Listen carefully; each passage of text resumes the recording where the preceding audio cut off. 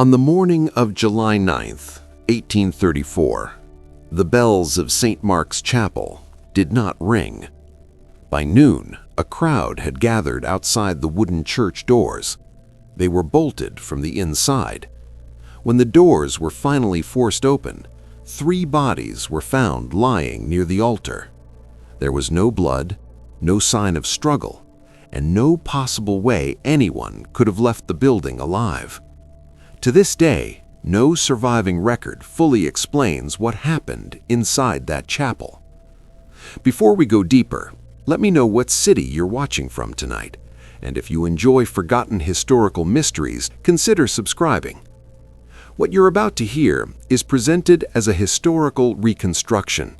It draws from real conditions, real practices.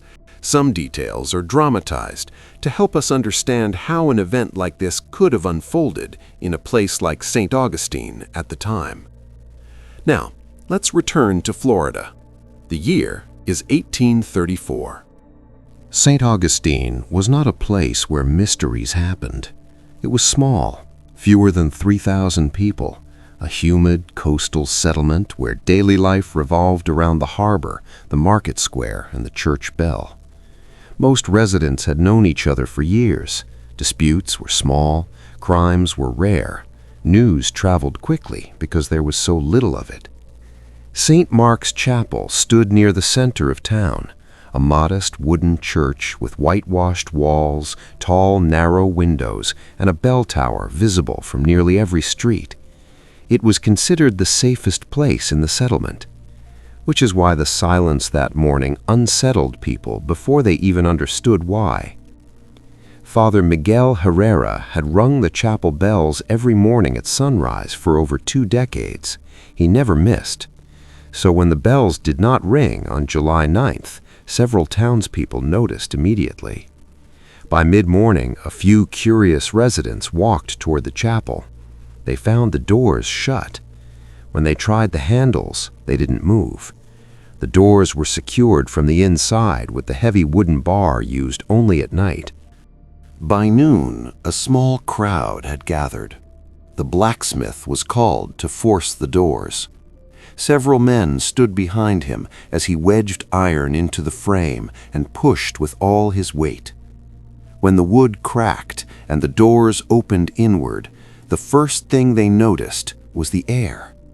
Stale, heavy, unnatural. Sunlight poured into the quiet chapel, revealing rows of perfectly aligned pews. Nothing appeared disturbed until they looked toward the altar. 3 bodies lay near the front of the chapel.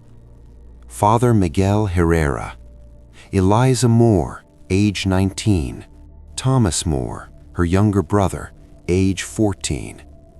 According to later descriptions from townspeople present, the scene was deeply unsettling for one reason. They did not look like victims. They looked as if they had gently collapsed where they stood. Father Miguel lay on his back near the altar steps, hands folded across his chest. Eliza rested on her side, her dress neatly arranged beneath her. Thomas lay a few feet away, one arm extended toward his sister. There was no blood, no broken furniture, no sign of panic.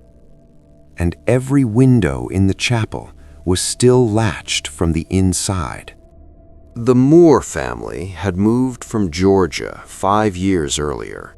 Their father worked along the harbor making barrels for ships. Their mother had died 2 summers before this incident. Eliza was known as quiet, respectful, and deeply religious. She attended evening prayers often and helped clean the chapel occasionally. Thomas was energetic and curious, often seen running errands for merchants around town. Neither had any history of trouble. Neither had any reason to be in a locked chapel after sunset. Several residents later recalled seeing Eliza walking toward the chapel after sunset the evening before. This was not entirely unusual, but what stood out was that she appeared to be carrying something wrapped in cloth. A woman living across from the chapel later claimed she saw Thomas following behind his sister at a distance, holding a lantern. There had been no evening service announced, and Father Miguel had not mentioned expecting visitors. When the sheriff arrived, he cleared the chapel and began examining the scene. His notes, as later described by townspeople, focused on small details. Near the altar, several candles had burned completely down into melted pools of wax, meaning they had been lit for hours during the night. On the altar table sat a single communion cup. Beside it was a small glass bottle that did not belong to the church. It was empty. The sheriff reportedly observed no defensive wounds, no bruises, no expressions of fear. They appeared peaceful, as if whatever happened had happened slowly, quietly. By evening, the town was whispering. Some believed Eliza had been meeting Father Miguel privately for weeks. Others believed she had gone to confess something serious. A fisherman claimed he once saw the priest speaking to her near the well long after sunset. But no one could explain why Thomas had been there, or why the doors were bolted from the inside. One man who helped remove the bodies later told others something unsettling. He noticed dark stains on all three of their lips, as if they had all drunk from the same cup, the communion cup. That detail frightened people because it suggested one possibility. They had all willingly consumed something together. The sheriff sent the small bottle to a doctor in Savannah for examination. Weeks later, a letter returned. According to local accounts, the doctor claimed traces of a plant-based toxin were present, something that could be mixed easily into wine, something that would cause weakness, fever, and eventually death without pain. Who brought the poison? Eliza, Thomas, or Father Miguel? And why would all three drink it? One theory formed quickly. Some believed Eliza had come to confess a grave personal matter to the priest. Thomas followed her out of concern. Father Miguel offered communion and prayer. But something in that cup was not wine. A darker version spread more quietly. Some believed Father Miguel had been poisoning Eliza slowly for weeks, that she discovered the truth, that she came to confront him with her brother for protection, and that what happened inside the chapel was not confession, but confrontation. The heavy wooden bar used to secure the chapel at night had been placed firmly across the doors, meaning whoever was last alive inside had sealed it themselves.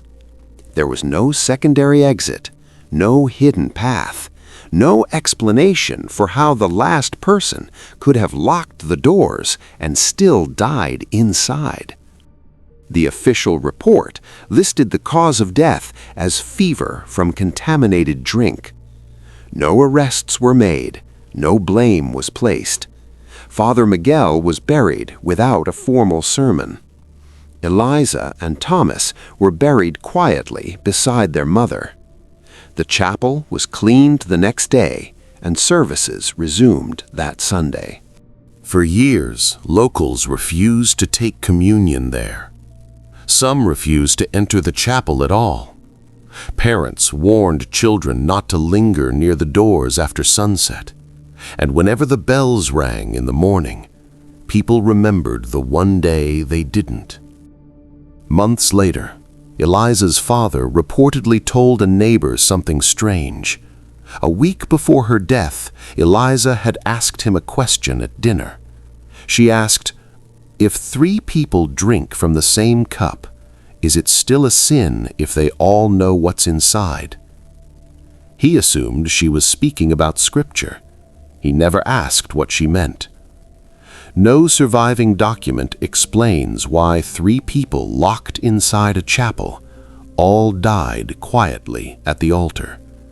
No struggle, no scream, just melted candles, an empty bottle, and a communion cup. Whether it was murder, a pact, or a confession that went too far, history never recorded the truth. And St. Mark's Chapel still stands in St. Augustine, with bells that have never missed a morning since.